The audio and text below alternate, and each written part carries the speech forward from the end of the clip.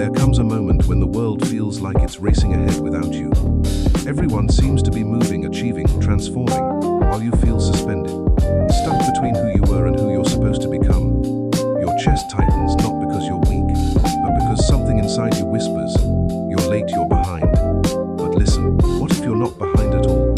What if this stillness is not your failure, but the very doorway to the life your soul has been preparing you for? Stay with me, because the truth you're about to hear might change how you see your entire story. In every society, in every home, and in every quiet corner of the world, countless human beings live lives that are not truly their own. They walk through their days with carefully crafted expressions, smiles that do not reflect joy, politeness that does not reflect peace, and identities that have been shaped more by expectation than by essence. They have become masters of adaptation, fluent speakers in the language of approval, and experts in performing the versions of themselves that the world applauds. Yet beneath the surface of these socially polished personas lies an exhaustion so deep it becomes invisible. Not exhaustion from doing too much, but from never being allowed to be real. From shrinking, softening, or reshaping themselves to maintain harmony. From the silent burden of living behind a mask that has become so familiar that even they have forgotten when they first put it on. Carl Jung understood this phenomenon with uncanny precision. He called the mask the persona, the social face we learn to wear in order to survive the demands of family, culture, and community. The persona is not inherently false, it is necessary, much like clothes are necessary to move comfortably in society. But the tragedy begins the moment we forget that the persona is only a mask, not the face beneath it. Jung warned that when a person fully identifies with their persona, they do not merely play a role, they lose themselves to it. They cease to exist as authentic individuals and become, instead, a performance. To live purely as persona is to live in alienation. One begins to rely on external validation as though it were oxygen. Approval becomes the currency of existence. Behind the professional self, the social self, the family self, something essential begins to diminish: the self, the core, the truth, the inner center of the psyche. The strange thing is that from the outside, everything looks perfect. The world praises them, friends admire them, family describes them as dependable, kind, responsible. But on the inside, a subtle fracture grows, a split between who they are and who they perform. A quiet age begins to emerge, a sense of hollowness that achievements cannot fill, a restlessness that no compliment can calm. This is the suffering of the unlived life, the pain of abandoning oneself for the comfort of others. Jung believed this disconnection rarely begins in adulthood. Its roots reach back into childhood, where the first lessons of conditional love are learned long before a child understands the language to describe them. The child, pure in its impulses, expresses joy, anger, curiosity, frustration, and desire without calculation. But slowly it begins to notice that certain emotions invite closeness, while others invite rejection. Certain behaviors earn praise, while others earn punishment. Without anyone saying it aloud, the child learns that love is not unconditional. It must be performed. It must be earned. This is the moment the fracture begins. The child begins to trade authenticity for safety. It hides its anger to keep the peace. It swallows its needs to stay acceptable. It shapes itself into what others find lovable. And in this quiet, invisible negotiation, the true self begins to recede while the persona begins to grow. The child becomes the pleaser, the adapter, the one who survives by becoming what others want. And decades later, the adult continues the pattern without knowing why. I will only be loved if I am useful. I will only be accepted if I am agreeable. I will only be valued if I do not cause disappointment. These beliefs are not logical. They are emotional imprints of conditional love. By the time the adult reaches the world, they arrive not as oneself, but as many personas, each carefully tailored to match the expectations of different environments. But Jung warned that these masks, if worn too tightly or too long, begin to suffocate the soul. They create anxiety, depression, indecision, and a chronic fear of judgment. The individual no longer asks, "What do I want?" but instead, "What will they think?" The persona becomes not a tool, but a prison. This is why Jung introduced a concept that is often misunderstood: the art of not caring. This is not emotional coldness, apathy, rebellion, or detachment from the world. Jungian not caring is psychological maturity. It is the liberation that arises when a person ceases to be governed by the fear of disappointment and begins to act from an inner center rather than an external obligation. To not care, in the Jungian sense, means to stop sacrificing your reality for the sake of your reputation. It means choosing authenticity even when it risks approval. It means becoming someone who exists even when they do not please. The ability to disappoint others consciously, respectfully, and without guilt is a milestone in psychological development. It marks the moment the self begins to emerge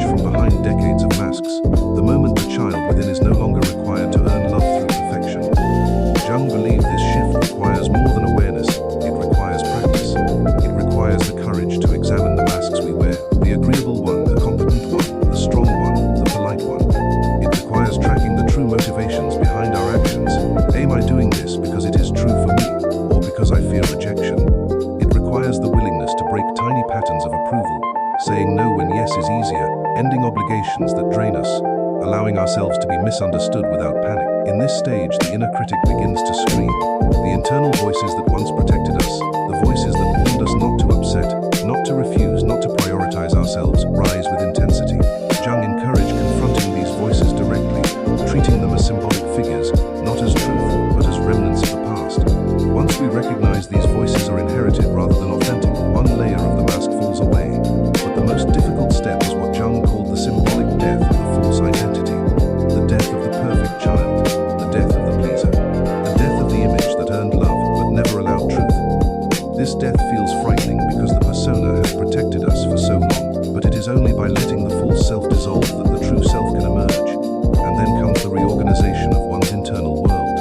Who truly matters? Whose opinions actually carry weight? Jung proposed placing oneself at the center, then carefully distinguishing between the rare few whose reflections nourish us and the vast outer circles of people who cannot, and should not, determine our identity. This rearrangement becomes a shield against the compulsive need to please. But perhaps the most profound work is integrating the shadow of selfishness, the part of us we were taught to suppress. Jung insisted that those who live to please often carry a repressed, powerful fear of being selfish. But healthy selfishness is not narcissism, it is self-recognition. It is the ability to say, my life belongs to me. Within this shadow lie all the desires, boundaries, preferences, and needs that were silenced in the name of acceptance. To integrate this shadow is to discover lost pieces of the self. As the individuation process unfolds, something extraordinary begins to happen. The exhaustion that once felt normal begins to lift. The internal restlessness softens. The chronic fear of judgment loosens its grip. A person begins to speak with a voice they barely recognize because it is their own. Relationships that once depended on self-erasure start to shift. Some fall away, others deepen, but all become more honest. The individual learns to stand firm in themselves, not out of rebellion but out of recognition. Recognition that worthiness is not earned but inherent. That love is not a performance but a presence. That approval is not oxygen but decoration. This is the Jungian art of not caring, not turning away from the world, but turning back toward oneself. Not withdrawing from people, but withdrawing from the compulsion to betray oneself for their comfort. Not rejecting connection, but rejecting the versions of connection that demand self-abandonment. When someone reaches this stage, they care more selectively, more consciously, more truthfully. They care where it nourishes. They detach where it diminishes. They invest where authenticity can survive. And slowly, they feel something they have not felt in years, an inner solidity, an inner peace, a sense of finally arriving in their own life. This is the beginning of the true self. And once the self emerges, it does not disappear again easily. It becomes the internal anchor that guides decisions, relationships, boundaries, desires. It becomes the quiet, steady voice that says, I exist. Even when I am not approved, I matter. Even when I disappoint, I am whole, even without performance. This is individuation, the lifelong process of becoming real. And the moment someone stops living to be accepted by everyone, they finally become accepted by the one person who matters most themselves. Life has a way of making us feel like we're supposed to outgrow our pain on a schedule. As if wounds heal in straight lines. As if the soul operates on the same timelines as the world around us. For decades, the narrative has been painfully simple: forget the past, overcome it, move on. We've been told healing means leaving our old selves behind like abandoned houses. But the psyche is not a machine that upgrades, it is a living depth, a wilderness of memory, instinct, shadow and longing. And every wound you carry is not an error, it is part of your inner architecture. You are taught that strength means getting over it. But strength, real strength, is something quieter, something deeper. It is the willingness to turn inward, to sit with the ghosts of your past without collapsing under their weight. Jung believed that we do not become whole by rejecting our darkness, but by making it conscious. And this is the truth modern culture has forgotten. Healing isn't the act of becoming someone new. It is the sacred work of returning to the self you abandoned in order to survive. Think about that version of you, the one you left behind, the child who swallowed their voice to keep the peace, the teenager who carried burdens too heavy for young shoulders, the adult who stayed in places they had outgrown because leaving felt like betrayal. You did not let go of these selves because they were unworthy. You let go because you had no choice. Survival often demands self-abandonment, and what you call anxiety, fear, or stagnation is often the call of those forgotten selves asking to be reclaimed. This is why your chest tightens, why your mind spins, why your spirit feels suspended between worlds. You are not broken, you are divided. And something inside you is asking to come home. For years you were told to silence this voice, to bury it, to outrun it. The soul has infinite patience. It waits, it watches, it whispers. And when the whisper becomes unbearable, it's not a sign of failure. It's a sign you're finally strong enough to listen. At first, the listening feels like drowning. Your body shakes, your voice trembles, your truth feels dangerous. But that trembling is not weakness, it is resurrection. It is the moment you stop seeking permission to exist. It is the moment you say, my needs matter. The moment you dare to set boundaries, not as walls of anger, but as declarations of self-respect. Boundaries are not separation, they are self-definition. They are the lines that say, I will no longer participate in my own diminishment. When you set them, something ancient inside you stirs. Your inner child, the one you left in the dark, looks up and asks, is it finally safe? And for the first time in a long time, the answer becomes yes. Healing is not the soft, gentle image people sell online. Healing is excavation. It is sitting in the ruins of who you were and choosing to rebuild differently. It is grieving the versions of yourself that only knew survival. It is realizing that the life you dreamed of cannot coexist with the habits you developed to protect yourself. It is painful. It is slow. It is disorienting. But it is also beautiful. Because you are not reconstructing, you are returning. And yet, during this return, you will still feel behind. You will look at others and think they have everything. Relationships, careers, milestones, identities, while you're learning how to breathe without guilt. But comparison is the thief of presence. People move fast not because they are aligned, but because they are afraid of stopping. They sprint ahead to outrun their own shadows. But speed is not direction, motion is not growth, noise is not depth. Your stillness is not a sign of failure, it is a sign of awakening. When Jung spoke of individuation, he spoke of becoming whole by integrating all parts of oneself, the conscious, the unconscious, the shadow, the instinct, the forgotten. Individuation is slow, organic, it defies comparison. No flower compares its blooming to another. No tree asks another tree if it's behind. Nature unfolds in alignment with its internal timing, not external pressure. And you are nature too. Your growth has never been late. It has been unfolding in the only rhythm that your spirit can sustain. What you call delay is often the universe protecting you from stepping into a life your nervous system is not yet ready to hold. What you call stagnation is deep transformation happening beneath the threshold of awareness. What you call silence is your subconscious reorganizing itself, and every moment you thought was wasted was actually preparation. This is why your sensitivity is a gift. It is not fragility, it is awareness. It allows you to see what others overlook, to feel what others avoid, to understand what others fear. Sensitivity deepens perception. Jung believed those who feel deeply carry the possibility for profound wisdom, because such individuals are forced to confront their inner worlds early and often. You are not behind. You are being prepared for a path that requires depth, a path that cannot be rushed, a path that does not exist in the shallow waters where most people live.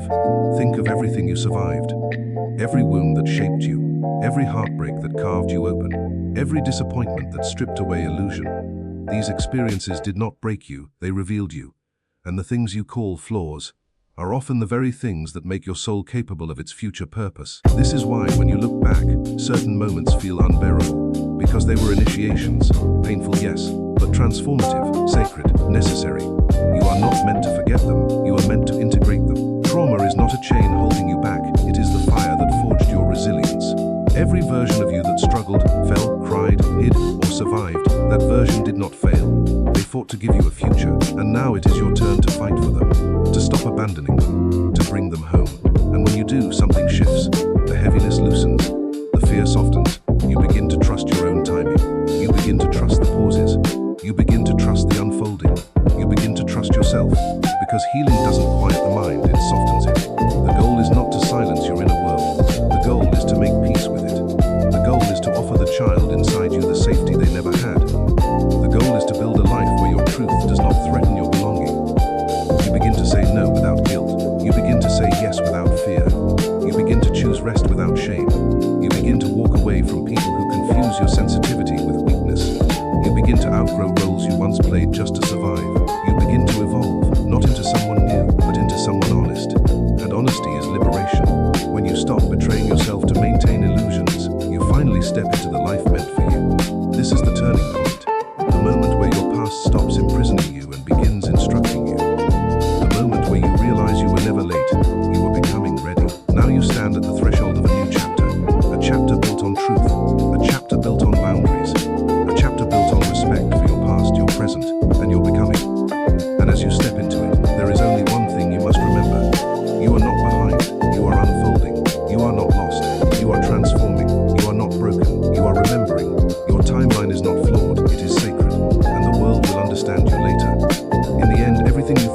setback was preparation. Every silence was protection. Every delay was alignment. And every wound was an initiation into deeper wisdom. You are not behind, you are becoming who you were always meant to be. And now, finally, you step forward not as the wounded version of yourself, but as the whole one. The one who knows their worth, the one who understands their path, the one who has returned home to themselves.